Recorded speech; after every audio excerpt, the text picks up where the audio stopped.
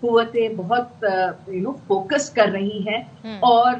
مجھے لگتا ہے کہ یہ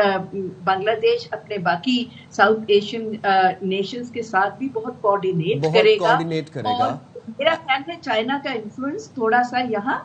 بڑھے گا، جو پاکستان کے لیے بھی بہت اچھا ہے، کیونکہ پاکستان کے ساتھ تعلقات اچھے کر لیں وہ، تو یہ انڈیا کے لیے بہت بڑا مسئلہ ہے، وہ پھر دو فلینکس کا تعین کر سکیں گے اور ان کا ساتھ.